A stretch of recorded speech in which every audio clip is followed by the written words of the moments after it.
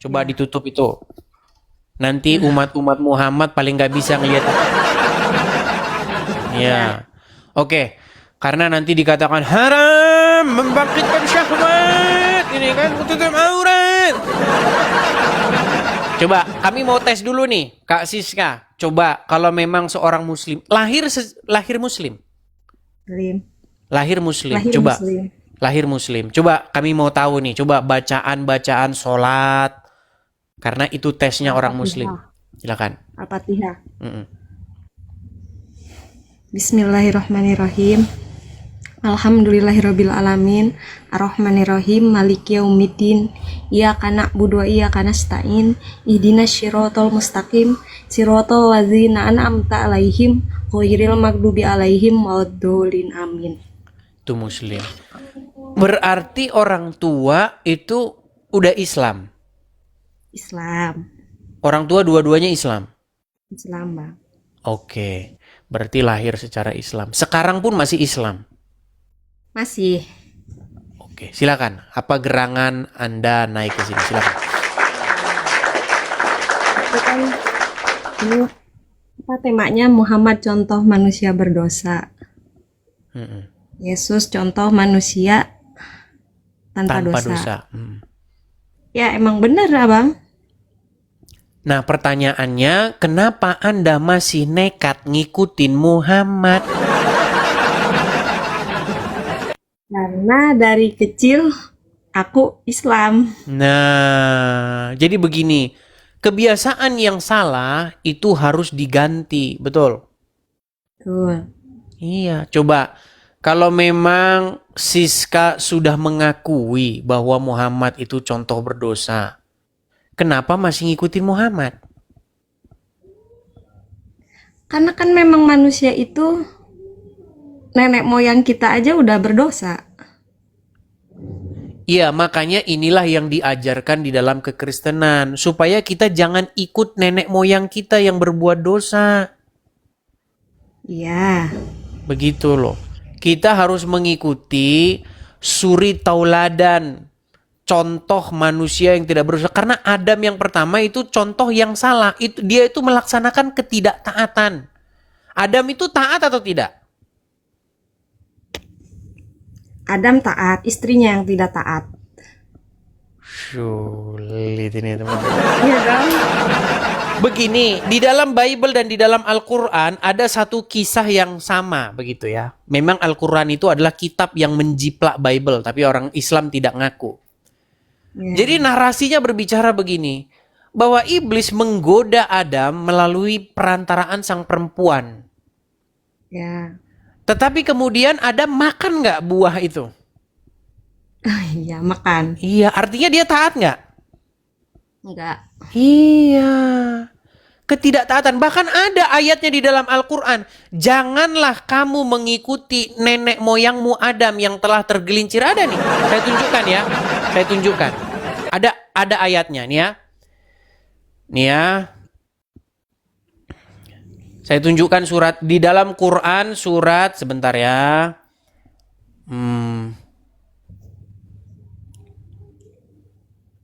Sebentar ya, sabar ya.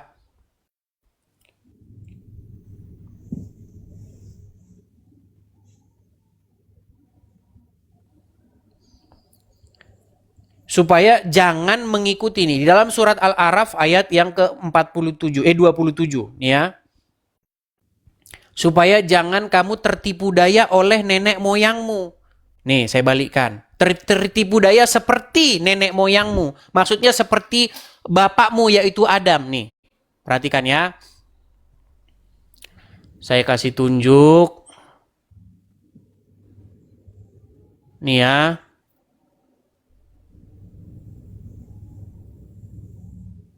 Di ayat 27 nih. Surat Al-A'raf ayat 27 ya, saya bacakan nih. Hai Adam, janganlah sesekali kamu ditipu oleh syaitan, sebagaimana ia telah mengeluarkan kedua. Hai anak Adam maksudnya, kok hai Adam? Hai anak Adam maksudnya kita-kita, betul? Ya. Janganlah sesekali kamu ditipu oleh setan, sebagaimana ia telah mengeluarkan kedua ibu bapakmu dari surga. Ibu bapakmu ini siapa? Adam dan Hawa. Adam dan Hawa. Makanya jangan contoh orang-orang terdahulu, yaitu Adam dan Hawa. Mereka tidak mengerjakan ketaatan. Mereka memberontak. Mereka tidak patuh, tidak taat. Mereka patuh kepada iblis. Sedangkan Adam yang kedua, yaitu Yesus, dia taat sampai mati. Makanya Yesus sebagai sampel, sebagai contoh manusia yang harus kita jadikan suri tauladan. Apakah Muhammad pantas kita jadikan suri tauladan? Tidak, karena dia berbuat dosa. Nah, ini yang saya beritakan kepada umat muslim. Bagaimana? Mengapakah hatimu masih tertutup untuk mengikuti Yesus?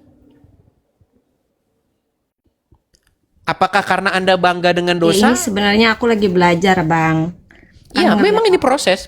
Kan aku sering lihat Abang gitu kan. Sinyal. Aku kan sering lihat Abang, jadi aku ada banyak belajar gitu kan. Terus tapi aku masih ragu. Ragu-ragu. Karena aku Oke, gini, taunya berarti yang sudah aku ada tahu, niatan ingin meninggalkan agama Islam? Yesus itu Ada, puji Tuhan ya, ada niatan dia. Ya, ada langkah yang baik. Oke, tapi yang membuat ragu apa? yang membuat aku ragu itu karena yang aku tahu memang Yesus itu ada sebelum manusia sebelum manusia itu jatuh ke dalam dosa, yang aku tahu kayak gitu. Tapi tetap Yesus itu manusia suci gitu. Yang bilang Yesus bukan manusia siapa? Melek. Siska Situmeang, di dalam Kristen, orang yang tidak mengakui bahwa Yesus manusia, dia sudah kena paham doketisme. Dia sudah kena paham gnostik. Yesus memang manusia di dalam Bible. Siapa bilang Yesus bukan manusia? Tetapi bukan hanya sekedar manusia biasa. Tiga Injil,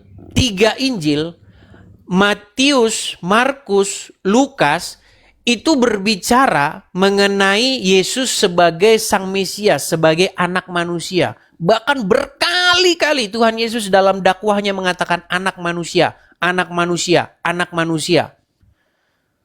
Hanya satu Injil yang berbicara Yesus dalam aspek keilahiannya.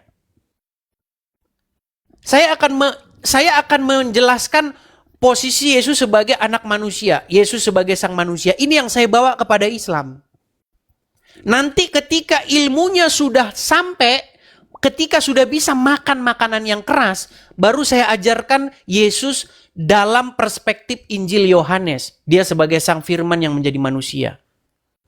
Nah, saya melihat banyak orang-orang Kristen memberi orang Islam Injil Yohanes. Bayi dikasih makan nasi keras. Ini yang salah.